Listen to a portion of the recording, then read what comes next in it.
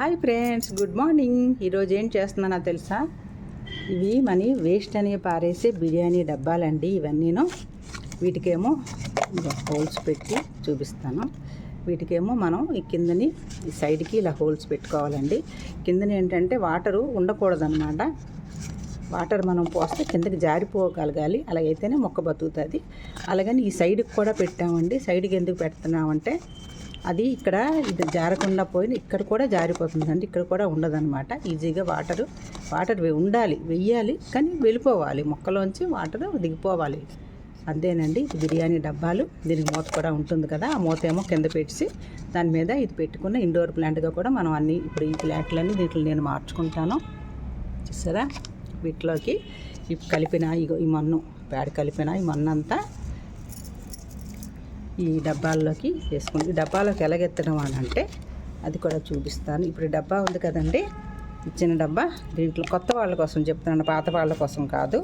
పాత వాళ్ళు చూడకండి, స్కిప్ చేసేయండి. కొత్త వాళ్ళ కోసం ఇలాగా కన్నాలు మూసినట్టుగా మనం ఇక్కడ ఈ కొబ్బరి పెంకులు వేసుకోవాలి. కొబ్బరి పెంకులు వాళ్ళ దగ్గర లేవు అనేటప్పుడు రాళ్ళు చిప్స్ ఉంటాయి కదండి, ఆ చిప్స్ అయినా కిందని వేసేసుకోవచ్చు.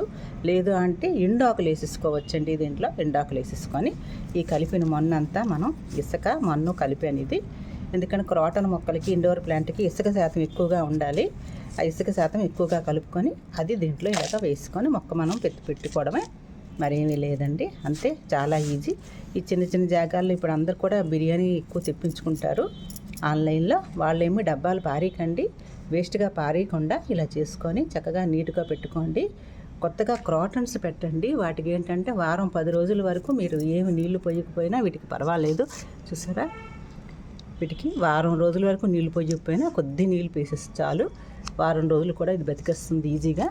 ఎందుకంటే జాబ్ చేసే వాళ్ళు ఉంటారు, కొత్తగా పెళ్ళైన వాళ్ళు ఉంటారు, బయట ఎక్కువ తిరుగుతుంటారు కదా, అలాంటి వాళ్ళకి ఇది చాలా ఈజీ ప్రాసెస్ అండి. వాళ్ళ దగ్గర ఈ డబ్బాలు కూడా ఎక్కువగా ఉంటాయి. నెక్స్ట్ ఏమో వాళ్ళు వారం వరకు నీళ్ళు పోయక్కర్లేదు. చూసారా? చిన్న గ్లాస్లో కూడా పెట్టాను ఈ మొక్క. ఇది ఎంత చక్కగా బతికిందో.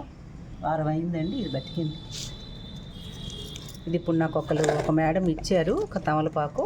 ఇది నేను సెట్ చేయడానికి వచ్చానండి. ఇది పెట్టుకుంటాను, కుండీలు నాటుకుంటాను. ఇప్పుడు ఇది పెద్ద కుండీలో నాటుకుంటాను. ఇలాంటి పెద్ద డబ్బా దీంట్లో నాటుకుంటాను. దీనికి కూడా హోల్స్, పక్కకు కూడా హోల్స్ ఉన్నాయి. అవి కూడా వచ్చేసారా? పక్కకు కూడా హోల్స్ ఉన్నాయి. వీటిలో నాటుకుంటానండి ఆ తమలపాకు ఇప్పుడు. ఓకేనా ఫ్రెండ్స్? చాలా ఈజీ. మొక్కలు పెంచడం అంటే కష్టమేంటి లేదండి. ప్రతి ఒక్కరు మొక్కలు పెంచగలరు. మొక్కలు పెంచండి, ఆనందాన్ని పొందండి.